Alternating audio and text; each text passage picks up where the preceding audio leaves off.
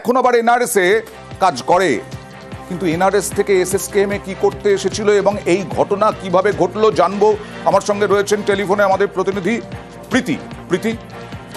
দেখো, তোমাকে প্রথমে জানিয়ে রাখি যে এই অমিত মল্লিক, যাকে ইতিমধ্যে গ্রেফতার করা হয়েছে এবং আলিপুর কোর্টে তোলা হবে, এর বিরুদ্ধে একাধিক অভিযোগ ছিল এর আগেও, তাই জন্য তার সেই কাজ থেকে বহিষ্কৃত হয় সে, এবং পরবর্তীতে এনআরএস হাসপাতালে সে কর্মরত ছিল এমনটাই জানা যাচ্ছে পুলিশ সূত্র মারফত। গতকাল এই অমিত মল্লিক সে তার যে পুরনো ইউনিফর্ম, সেই পুরনো ইউনিফর্ম পরেই হাসপাতাল চত্বরে ঢোকে এবং স্বাভাবিকভাবেই যেহেতু পুরনো ইউনিফর্ম বহিষ্কার করা হয়েছিল এসএসকেএম থেকে, এনআরএস এ আবার কাজ করে, এনআরএস থেকে এসএসকেএম এ ঢুকলো কি করে, ঢুকতে দিল কে? সে যে পুরনো ইউনিফর্ম পরেছিল, স্বাভাবিকভাবেই সেই পুরনো ইউনিফর্মের জন্য তাকে বোঝা যায়নি, এবং ঠিক পুলিশও এই প্রশ্ন, তুমি যে প্রশ্নগুলো করছো সেই প্রশ্নের তদন্ত করার জন্যই আজকে তাকে আলিপুর কোর্টে নেওয়ার পরে যে পুলিশি হেফাজত, সেই পুলিশি হেফাজতের জন্য আবেদন করবে। এবং গতকাল যে ঘটনা ঘটেছে, এই 14 বছরের নাবালিকাকে তাকে ওয়াশরুম অর্থাৎ বাথরুমে ডেকে নিয়ে গিয়ে যৌন হেনস্থা, এমনটাই অভিযোগ, এবং ঠিক রাতেই তাকে গ্রেফতার করা হয় সিসিটিভি ফুটেজ থেকে। আর কিছুক্ষণের মধ্যেই তাকে আলিপুরের বিশেষ আদালত, যেহেতু আজকে ছুটির দিন, নর্মাল ডেজে কোর্ট যেমন বন্ধ থাকে, এই যে স্পেশাল কোর্ট, সেই স্পেশাল কোর্টে এই অমিত মল্লিককে তোলা হবে এবং পরবর্তীতে তার শুনানি সেই দিকে তাকাতে হবে। বেশ, দেখা যাক পুলিশ তদন্তে কি উঠে আসে। আর মেয়র ফিরহাদ হাকিম তিনি কি বলছেন এই ঘটনা নিয়ে, দেখুন। Law will take its own course এবং শক্তভাবে এটার মোকাবিলা করতে হবে এবং সমাজের মধ্যে সবাইকে এর বিরুদ্ধে রুখে দাঁড়াতে হবে। গতকালই দেখিয়েছিলাম গাইঘাটায় ডাক্তারের বোন এবং তার বন্ধু কটূক্তি শুনে তারপরে তারা প্রতিবাদ করে, মারধর শুরু হয় এবং তারপরে ওই ডাক্তার তিনি ছুটে যান, অ্যাসিস্ট্যান্ট প্রফেসর তিনি ছুটে যান ওদের কাছে, কিন্তু তাকেও রেয়াত করেনি দুষ্কৃতীরা। তাতে 4 জনকে গ্রেফতার করা হয়েছে এখনো পর্যন্ত। চিকিৎসককেও মারা হয়েছে, প্রফেসর ডাক্তারকেও মারা হয়েছে। কথা বলবো প্রতিনিধি অনিরুদ্ধর সঙ্গে। অনিরুদ্ধ, এরা কারা? তারা কি গাইঘাটারই বাসিন্দা এবং এই চাঁদপাড়ারই বাসিন্দা? পুলিশ কি বলছে? দেখো, গতকাল যে অভিযোগের ভিত্তিতে আমরা খবর করেছিলাম, নিউজ 18 বাংলায় একাধিকবার সেই খবর দেখানো হয়েছে এবং এই খবরের দেখানোর পরেও বলা যেতে পারে নড়ে চড়ে বসে প্রশাসন। গতকাল সন্ধ্যায় প্রাথমিকভাবে অরিন্দম রায় নামে একজনকে গ্রেফতার করে এবং পরবর্তীতে আরো 3 জনকে গ্রেফতার করে। মোট 4 জনকে এই ঘটনায় গ্রেফতার করা হয়েছে। তাদেরকে আজকে বনগাঁ মহকুমা আদালতে পাঠানো হয়েছে এবং এরা প্রাথমিকভাবে প্রথম যে কটূক্তি এবং ওই মহিলা তার বন্ধুকে মারধর, সেই ঘটনার সঙ্গে এরা জড়িত ছিল এবং পরবর্তীতে মূল অভিযুক্ত অর্থাৎ ডাক্তারকে যে মেরেছিল সেই মূল অভিযুক্ত এখনো গ্রেফতার নয়। পরিবারের তরফ থেকে জানানো হচ্ছে এখনো মূল অভিযুক্ত গ্রেফতার নয়, তাকে গ্রেফতারের দাবি তোলা হয়েছে এবং এই ঘটনায় রীতিমতন চাঞ্চল্য ছড়িয়েছে। যে যুবতীর সঙ্গে এই ঘটনা ঘটেছিল তিনি আতঙ্কিত, তিনি জানাচ্ছেন যে যতক্ষণ না পর্যন্ত মূল অভিযুক্ত গ্রেফতার হচ্ছে রীতিমতন আতঙ্কের মধ্যে রয়েছেন তারা চাইছেন দ্রুত পুলিশ। আমরাও চাই মূল অভিযুক্ত দ্রুত গ্রেফতার করা হোক, মূল অভিযুক্তকে, এবং কড়া শাস্তি।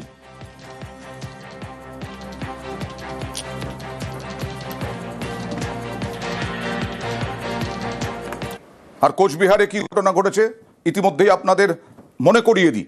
এসপির বাংলোর সামনে বাজি ফাটানোকে কেন্দ্র করে এসপি হাতে বাঁশ নিয়ে, লাঠি নিয়ে তিনি চলে গেলেন মারতে।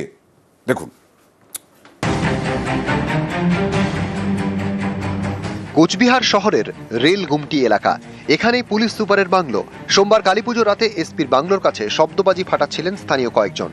অভিযোগ, এর জন্য তাঁদের লাঠি পেটা করেন কোচবিহারের এসপি। এ নিয়ে পরের দিন অর্থাৎ মঙ্গলবার এসপি বাংলোর কাছে বিক্ষোভ দেখান স্থানীয়রা। 10 বিক্ষোভকারীকে গ্রেফতার করে পুলিশ।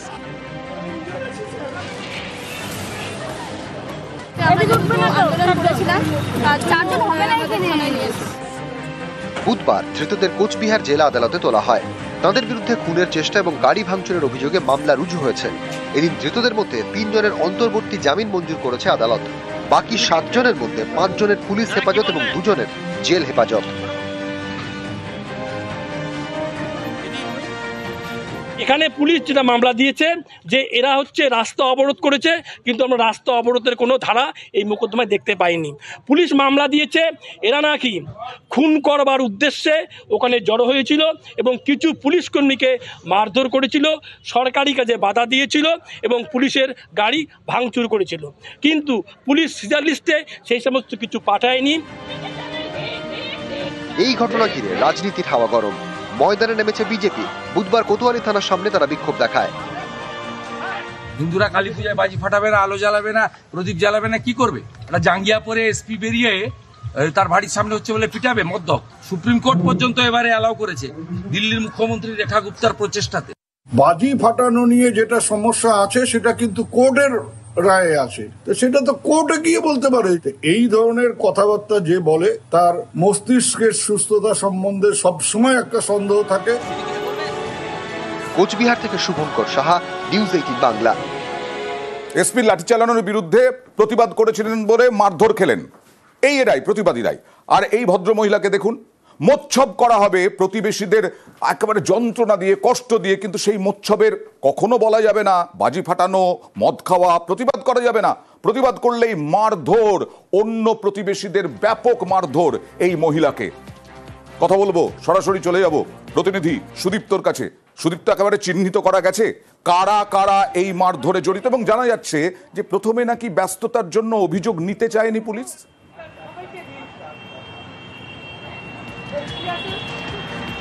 একদমই অয়নদা, Elgin road, Ashutosh Mukherjee road 4B, এবং এই রোডেরই বাসিন্দা এবং তার একজন বয়স্ক ভদ্রমহিলা, এবং এই বৃদ্ধার নাম হচ্ছে অনুপমা চৌধুরী। তিনি যেটা অভিযোগ করছেন যে তার বাড়ির ওপর তলায় যারা থাকেন মূলত তারাই ঠিক একদম রাত্রেবেলা 1:30 নাগাদ বাজি ফাটাচ্ছিলেন, এবং যখন তা অভিযোগ করা হয় এবং তার প্রতিবাদ করা হলে পরে উল্টে বৃদ্ধাকেই মারধর করা হয়। যে বাড়িতে বৃদ্ধা থাকেন তার সঙ্গে তার এক আত্মীয় থাকেন নির্মল দাস, তাকেও কিন্তু মারধর করা হয়েছে বলে অভিযোগ।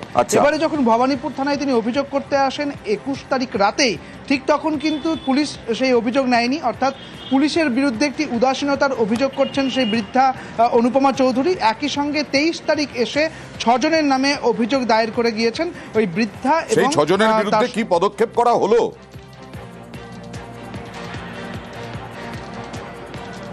দেখো, এখনো পর্যন্ত কোনো পদক্ষেপের কথাই কিন্তু পুলিশের পক্ষ থেকে দেখা যায়নি বা জানাও যায়নি। যেটা জানা গেল যে সকালবেলা এসে ওই 6 জনের নামে 21 তারিখের ঘটনা, 23 তারিখে এসে তাদের এই 6 জনের নামে অভিযোগ করা হলো, কিন্তু এই অভিযোগের ভিত্তিতে এখনো কোনো অ্যাক্টিভিটি পুলিশের পক্ষ থেকে করা হয়নি বলে জানা যাচ্ছে ওই বৃদ্ধার থেকে।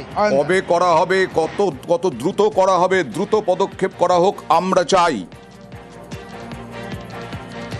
বাথরুমের মধ্যে ভাঙাচেরা, ওখানে রাত্রি 1:30টার সময় বাজি ফাটাচ্ছে, রাত্রি 1:30টার সময় ঘুমিয়েছি, ঘর একদম বারুদে ভর্তি হয়ে গেছে। এরকম রাত্রি 12টা, 1টা, 1:30 অব্দি এটা কি হচ্ছে বলতে গেছি, ওরা আমাকে ধরে এমন মেরেছে আমি সব জায়গা দেখাতে পারবো না। এনাকে বলেছি বুকে কি ঘুষি লাথি, কি অবস্থা, এই বেচারি বাঁচাতে গেছে, ওরে কি মার এনাকে। কালী পুজোর দিন এসেছি না, বলছে এখন কি করে কমপ্লেন নেব, দেখছেন না পুরো ঘরে আগুন লেগে গেছে।